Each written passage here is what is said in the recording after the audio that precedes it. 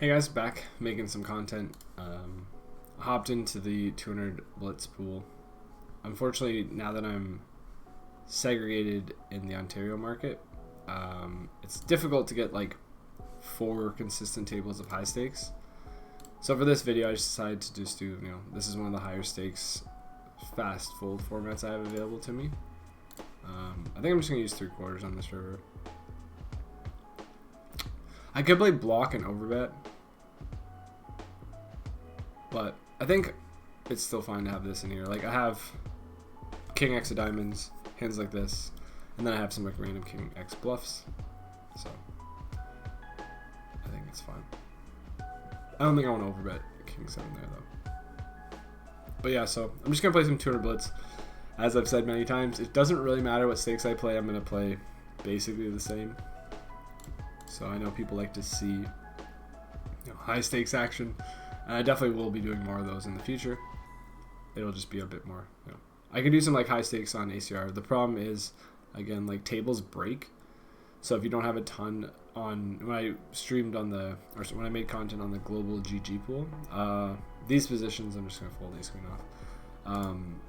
When I made content for the global GG pool, it's pretty easy because there was always so many tables of 1K running that it was easy to have like 4 tables on screen and then a couple off screen, and I could just like make sure I always had 4 going. That's a bit more difficult in my current situation, so more important to just have consistent action for you guys. So we'll do this time, but maybe we'll do some higher stakes ACR. Maybe I'll try and film some content when there are enough high stakes games running in Ontario, but those are difficult to like have consistent action because the table can last for 10 minutes or it can last for a couple hours. So let's just play poker. That's that won't change regardless of stake. We're just gonna be playing poker. In defend here with ace 4 suited in position. Not gonna defend all my suited ace here obviously, but this one's pretty good. Call flop if he bets. Even versus the smaller bet, this hand has some benefits to raise for sure, but also has a lot of downside. Like, we don't really want to get it in. We don't have much backup equity here, so we'll play in position.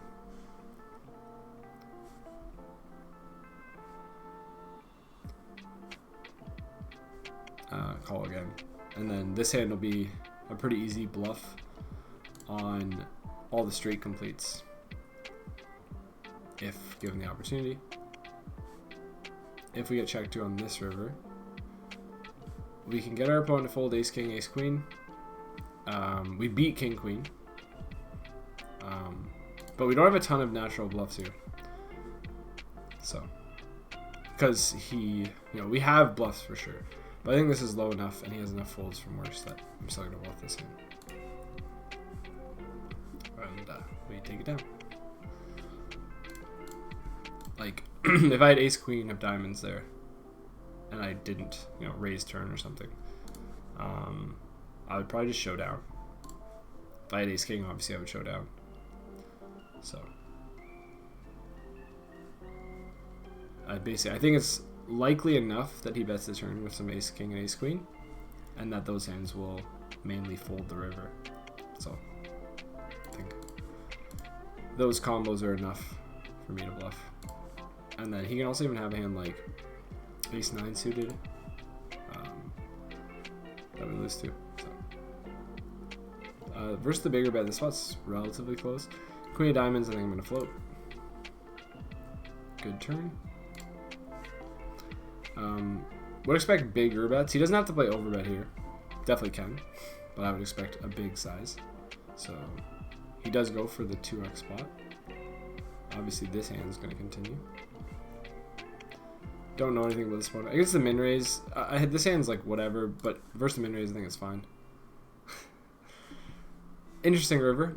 My opponent doesn't ever improve on this river, so if he does go for the 3rd barrel, he's basically saying he has an overpair. But he just had a missed backdoor flush draw. So good result for us. 2 for 2 in big pots. This hand's gonna 3-bet sometimes, and can't be too crazy with the offsuit stuff in these positions. You know, this will be a much higher frequency 3-bet versus the cutoff, but it can still be in here. And then obviously versus this massive bet multi-way, we're gonna fold and potentially give this guy a tag. 3-bet here with ace king suited.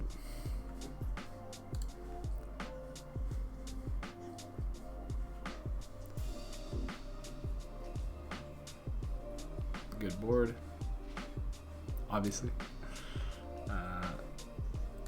Effectively have the nuts. My opponent shouldn't really have 3s here. So I'm gonna go for a small bet. I'm gonna start with an overbet here on ace queen 3. On this turn with the ace, I'm going to check.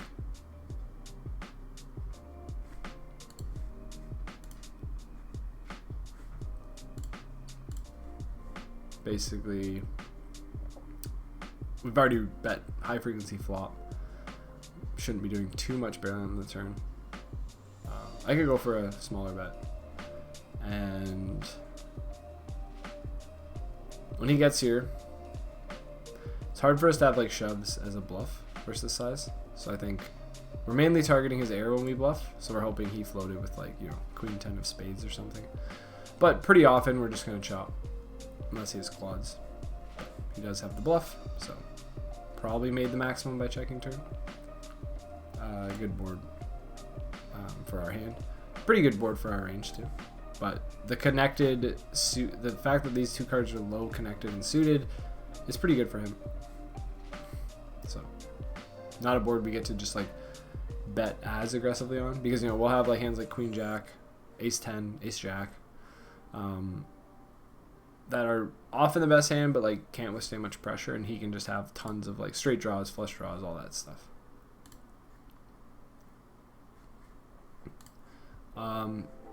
Decent candidate to check raise, and I think this is a good spot for my opponent to definitely have some bluffs, but I don't think my hand necessarily has the best properties to hero call here. I'm gonna check this turn a lot, so we're not top of range. Just gonna start with a raise here. Queen 3. I like using a hand like this that has backdoor straight draws. And on this turn, I'm gonna play only small bet. Not range, obviously, but when I bet, I'm gonna use this size, and then I will split river. Obviously, very good turn for our check raise range. So we got, you know, all of our one spade hands will just generate a ton of EV in that line. So you'll want some checks on that turn, and whenever you have checks, you'll want to include some flushes. But I think my hand is too strong to check, especially when I have like high-low. So I have like a very good spade, and then a low second card means we unblock more of his floats that, you know, we'll call but won't always bet. So you can have the king of spades or the ace of spades, and you know, call those on the turn. But if we check, he might check them back. This is a pretty good board to play some big bets. So, you know, top pair, top kicker, you know, jacks, queens. You don't want to check some of your other, you know, 10x and some of your overpairs. But this hand seems pretty reasonable to use as a big bet. Flop, top pair, 200 big blinds deep out of position with no backup equity. Face a small bet. 100 big blinds deep. Might do a bit of raising with this hand. I think it's going to happen a bit less at this depth.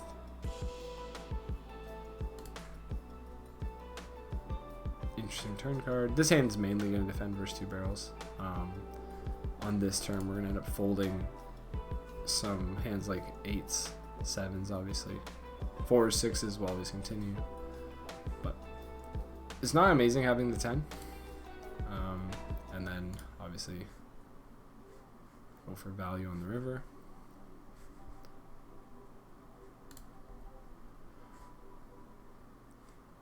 I think my hand is probably worth 2/3. Check raise, overbet. This hand's gonna call twice.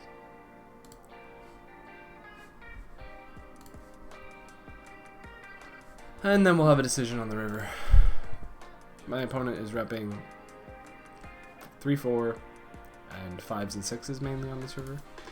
Shouldn't really shove like 10-6. He can shove 5-6 because he unblocks all 10x. The 10 and the ace are pretty good. He has like lots of potential bluffs in this line.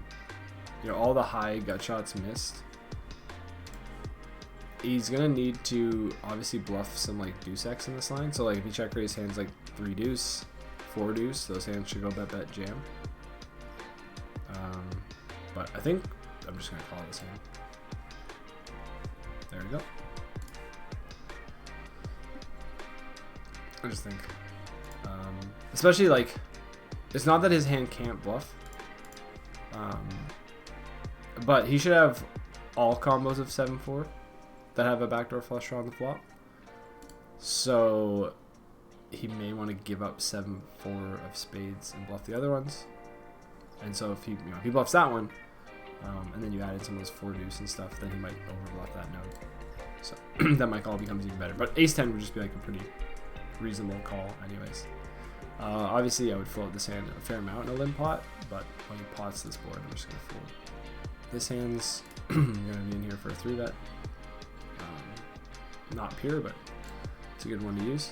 Basically, strong blocker, some equity, obviously, with the 3, and then we get our opponent to fold a lot of worse offsuit ace-x. So, ace 4 off, ace 5 off, ace 6 off, all the way up through ace 9 off. We don't really care what he does with a hand like, I mean, obviously we prefer him to fold a hand like ace 10 off and like ace jack off, and some people will. I mean, that's not his preferred strat, but people will. I'm gonna start with small bet here in position. I can go even smaller than this, but I think this is fine. Basically on this board, you can't range bet, but when you do bet, you bet relatively small, and obviously when we have the ace of diamonds and the 3, it's a very good hand to bet. We get our opponent to fold a bunch of better ace high, and then we have, nut equity. Also, just having the ace of diamonds in our hand is very useful because a lot of his raises will stem from the ace of diamonds. Don't do a ton of folding here, even versus earliest position. I think this hand's good enough to call versus small bet. And then obviously, if my opponent checks turn, we'll use this hand as a bluff quite often. And basically, I think any pair can bet here. So I think actually this hand fits nicely into my... I think like I'll have some 9s and 10s in range here. And so this hand works pretty nicely as an overbet. Like I just think any pair when he checks this turn. If I had like pocket 6s, I could probably overbet here for value. Yeah, I mean like he called ace king. That's kind of an indication of my thought being correct, because if he calls ace king there versus an overbet, I'm not saying he's not supposed to, but he called it pretty quickly. That would lead me to believe that's close to the top of his range for that line. Which means I could definitely value bet 6s for that size. I don't have to overbet, I could just bet 3/4. But I think it's very unlikely he checks the turn with, like on that run out. Even if a sim does, very unlikely he checks the turn and gets that river with a hand that pocket 6s doesn't beat. So I can just like bluff a lot for the size I chose, and then value bet very thin.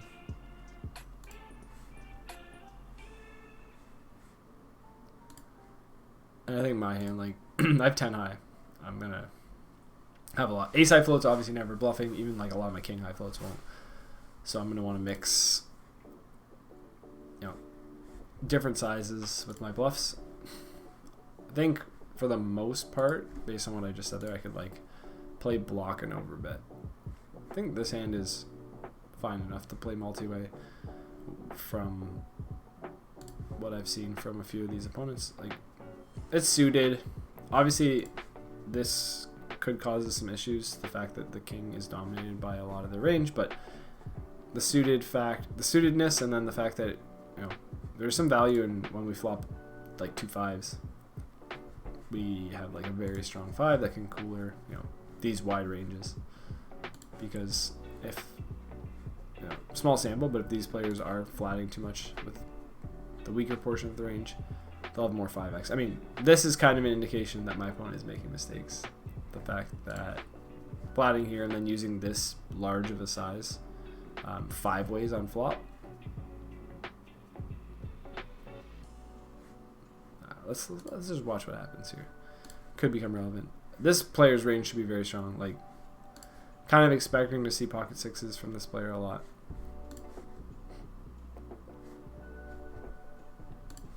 Okay. Doesn't necessarily mean he was bluffing, right? He could just big bet with like a king and decide to fold versus raise. It is very scary when you big bet and that many people get raised. Versus the 3x from under the gun, just gonna fold.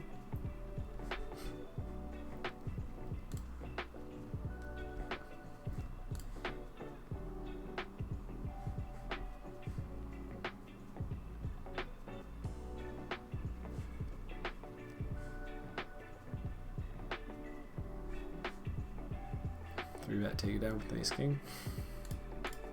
The wheel ace, pseudo wheel aces, I think we're doing okay with thus far. Maybe we can keep that going. They're good hands. Decent start. I'm gonna start with a check.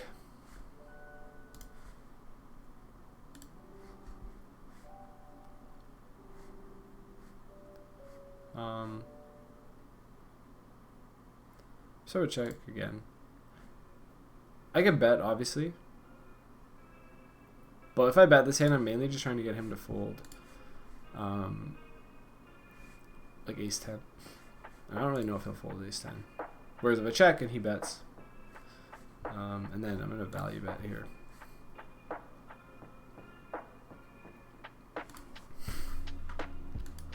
Trying to get called by king highs. Oh, I meant to bet 1.1, but 1 will do. Take it down.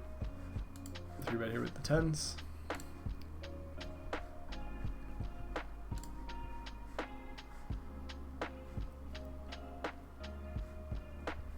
Alright, my opponent calls.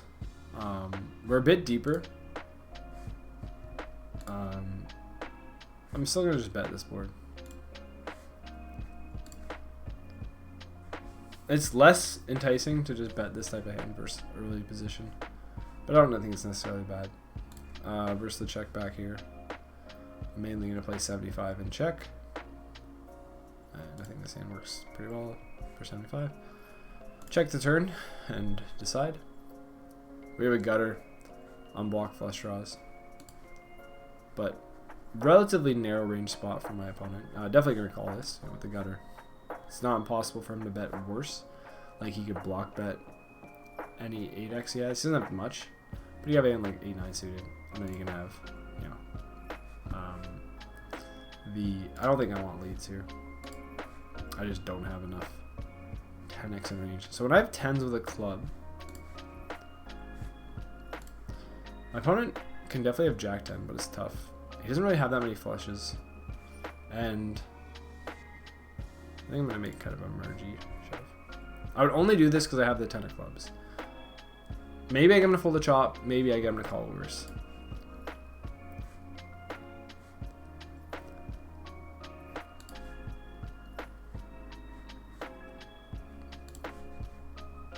Especially because he bet half pot. I think it's like somewhat less likely he bets either a flush or like, especially like jack 10. Like I feel like if he had jack 10, that's not the size he'd want to take.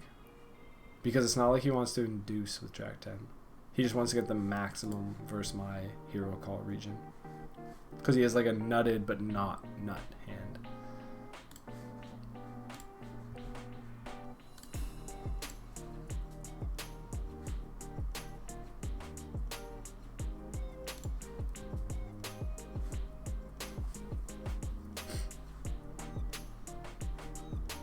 Don't think I want to do anything except check here.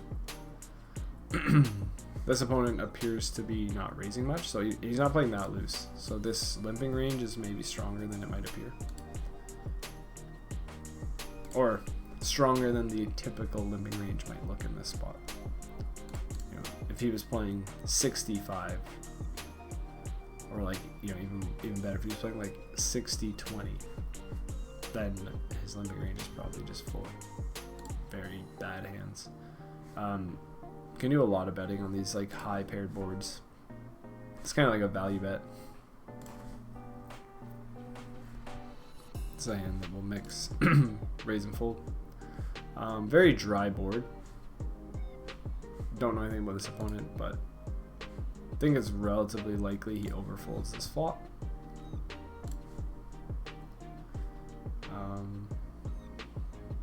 But he does call, and I'm gonna overbet this turn. And then obviously I'll bluff this hand on an ace or a king. Alright. I'm not gonna play overbet here though. I would potentially play overbet if I had like the 9 of hearts. Although it's not super relevant here, but he could have like ace 9 of hearts.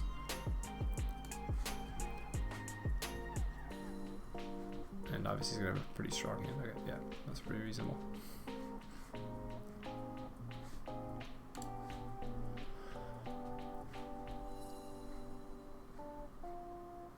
Like, especially when it's a backdoor flush complete and the flop top card is the same suit, so he doesn't, it's not like he has all the jack X of hearts, and then he has like less of the low cards, right? He doesn't have like as many combos of like deuce X of hearts and 5X of hearts, as he will. The higher the card is, he'll have more of those.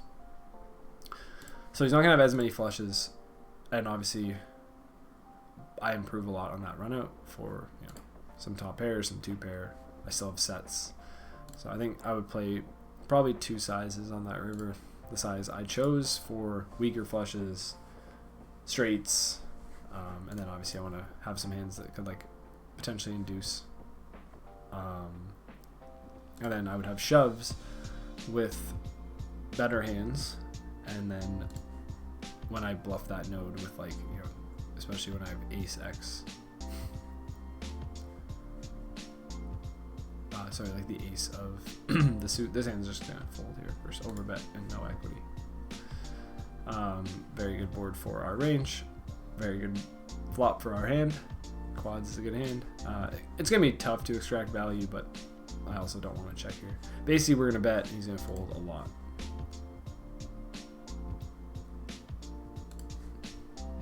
But he does call.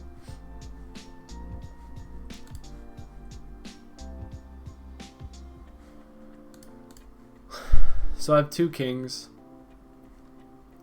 Typically on this turn, I'm just going to play a small bet,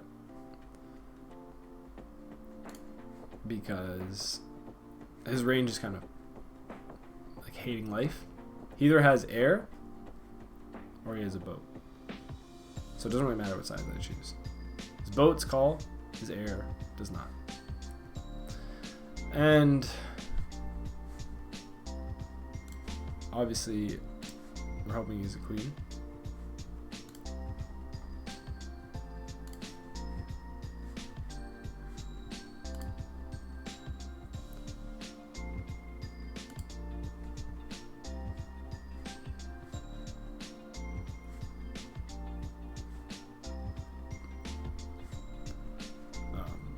Decently likely he folded a queen there, but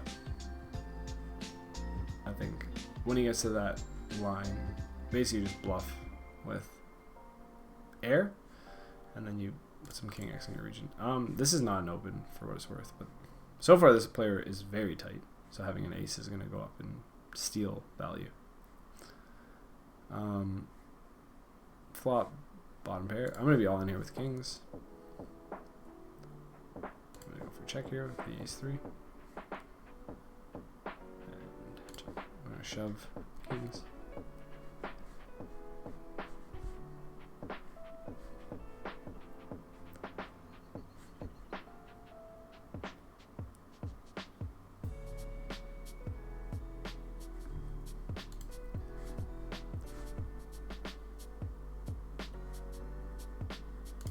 I think 3/4 is reasonable here.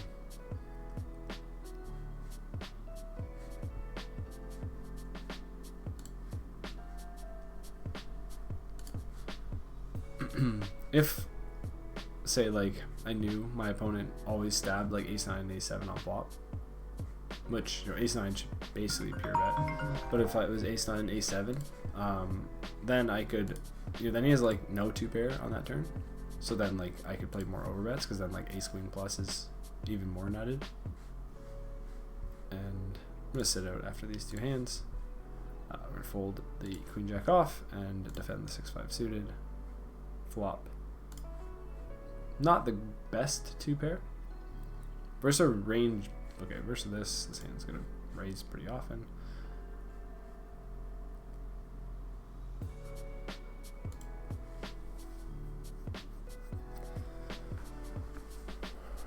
We obviously need protection. We turn a lot of equity on a variety of turns.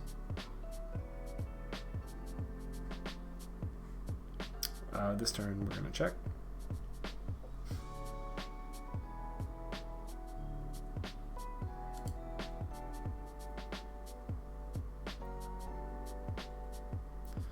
And you're gonna want to go for some check raise checks here with obviously like some nutted hands, and then some check folds, and then some hands like this that are on the fence.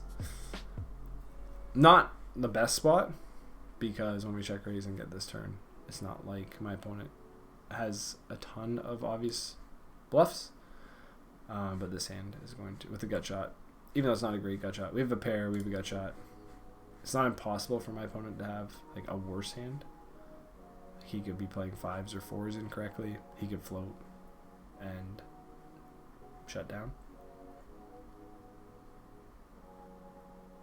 But this hand's mainly going to fold in this line. And we will fold. Alright, that's it for this session, guys. Hope you enjoyed it. I'll see you for the next one. Take it easy.